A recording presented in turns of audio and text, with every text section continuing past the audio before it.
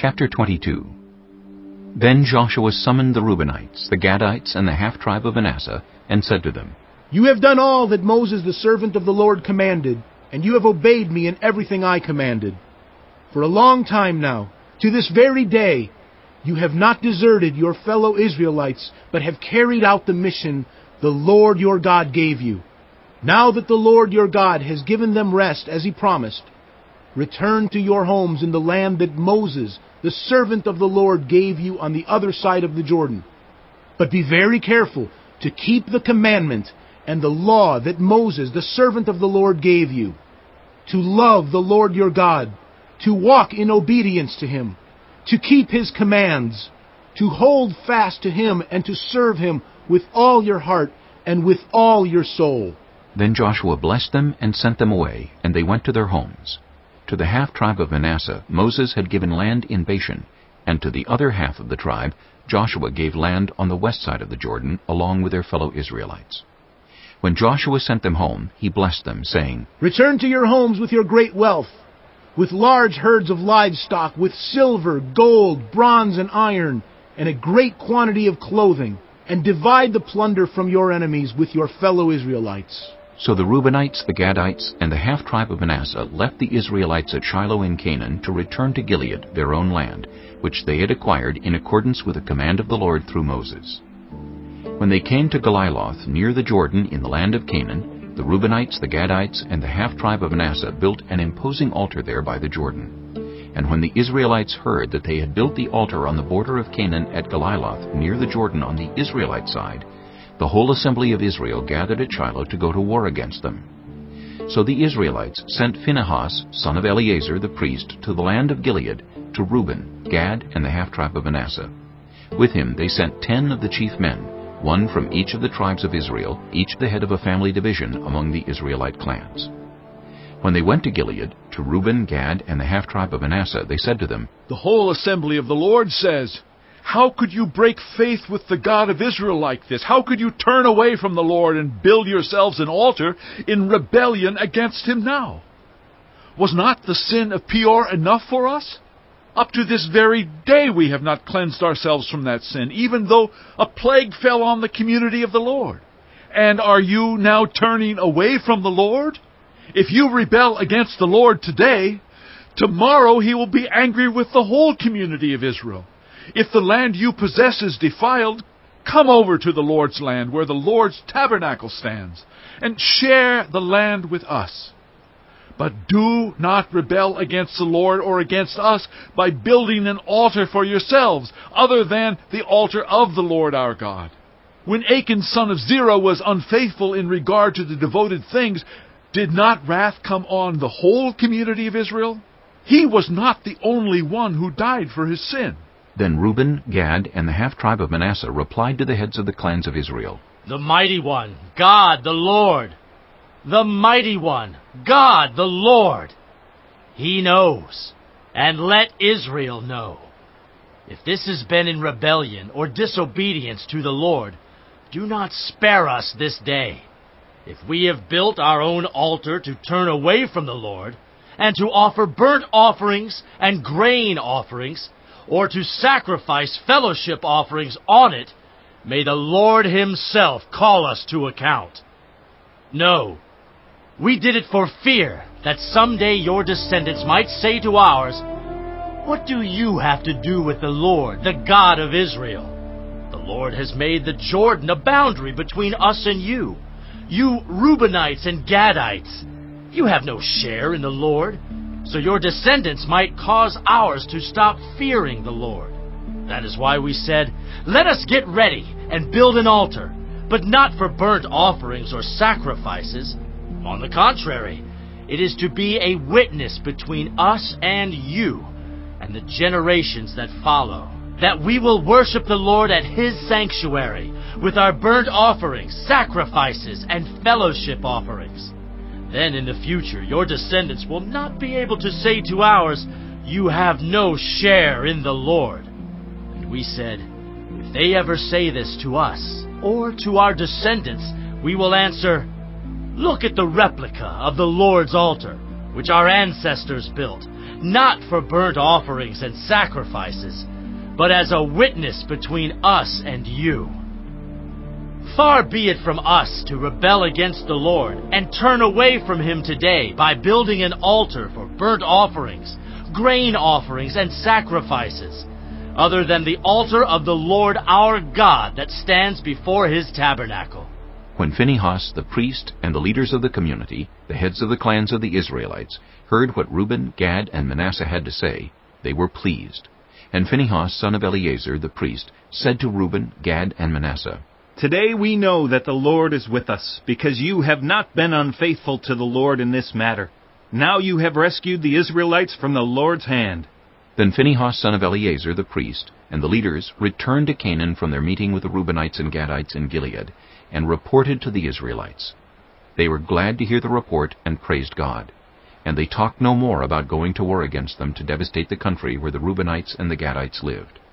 And the Reubenites and the Gadites gave the altar this name, a witness between us, that the Lord is God. Chapter 23. After a long time had passed, and the Lord had given Israel rest from all their enemies around them, Joshua, by then a very old man, summoned all Israel, their elders, leaders, judges, and officials, and said to them, I am very old. You yourselves have seen everything the Lord your God has done to all these nations for your sake. It was the Lord your God who fought for you. Remember how I have allotted as an inheritance for your tribes all the land of the nations that remain, the nations I conquered, between the Jordan and the Mediterranean Sea in the west. The Lord your God Himself will push them out for your sake. He will drive them out before you, and you will take possession of their land as the Lord your God promised you. Be very strong. Be careful to obey all that is written in the book of the law of Moses, without turning aside to the right or to the left. Do not associate with these nations that remain among you. Do not invoke the names of their gods or swear by them. You must not serve them or bow down to them. But you are to hold fast to the Lord your God as you have until now. The Lord has driven out before you great and powerful nations. To this day no one has been able to withstand you. One of you routs 1,000, because the Lord your God fights for you, just as He promised. So be very careful to love the Lord your God.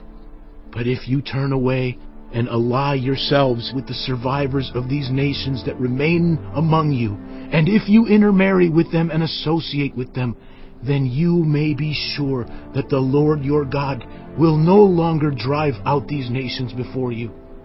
Instead, they will become snares and traps for you, whips on your backs and thorns in your eyes, until you perish from this good land which the Lord your God has given you. Now I am about to go the way of all the earth. You know with all your heart and soul that not one of all the good promises the Lord your God gave you has failed. Every promise has been fulfilled. Not one has failed. But just as all the good things the Lord your God has promised you have come to you, so He will bring on you all the evil things He has threatened, until the Lord your God has destroyed you from this good land He has given you.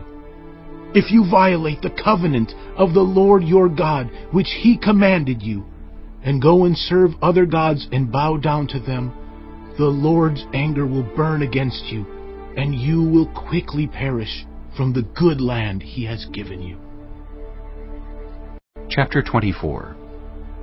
Then Joshua assembled all the tribes of Israel at Shechem. He summoned the elders, leaders, judges, and officials of Israel, and they presented themselves before God. Joshua said to all the people, This is what the Lord, the God of Israel, says. Long ago your ancestors, including Terah, the father of Abraham and Nahor, lived beyond the Euphrates River and worshipped other gods. But I took your father Abraham from the land beyond the Euphrates and led him throughout Canaan and gave him many descendants. I gave him Isaac, and to Isaac I gave Jacob and Esau. I assigned the hill country of Seir to Esau, but Jacob and his family went down to Egypt. Then I sent Moses and Aaron, and I afflicted the Egyptians by what I did there, and I brought you out. When I brought your people out of Egypt, you came to the sea, and the Egyptians pursued them with chariots and horsemen as far as the Red Sea. But they cried to the Lord for help, and He put darkness between you and the Egyptians. He brought the sea over them and covered them. You saw with your own eyes what I did to the Egyptians. Then you lived in the wilderness for a long time. I brought you to the land of the Amorites, who lived east of the Jordan. They fought against you, but I gave them into your hands. I destroyed them from before you, and you took possession of their land. When Balak, son of Zippor, the king of Moab, prepared to fight against Israel, he sent for Balaam, son of Beor, to put a curse on you. But I would not listen to Balaam, so he blessed you again and again, and I delivered you out of his hand. Then you crossed the Jordan and came to Jericho. The citizens of Jericho fought against you, as did also the Amorites, Perizzites, Canaanites, Hittites, Girgashites, Hivites, and Jebusites. But I gave them into your hands. I sent the hornet ahead of you, which drove them out before you. Also the 2 Amorite kings. You did not do it with your own sword and bow. So I gave you a land on which you did not toil, and cities you did not build. And you live in them and eat from vineyards and olive groves that you did not plant. Now, fear the Lord, and serve Him with all faithfulness. Throw away the gods your ancestors worshipped beyond the Euphrates River and in Egypt, and serve the Lord. But if serving the Lord seems undesirable to you, then choose for yourselves this day whom you will serve, whether the gods your ancestors served beyond the Euphrates, or the gods of the Amorites in whose land you are living. But as for me and my household, we will serve the Lord.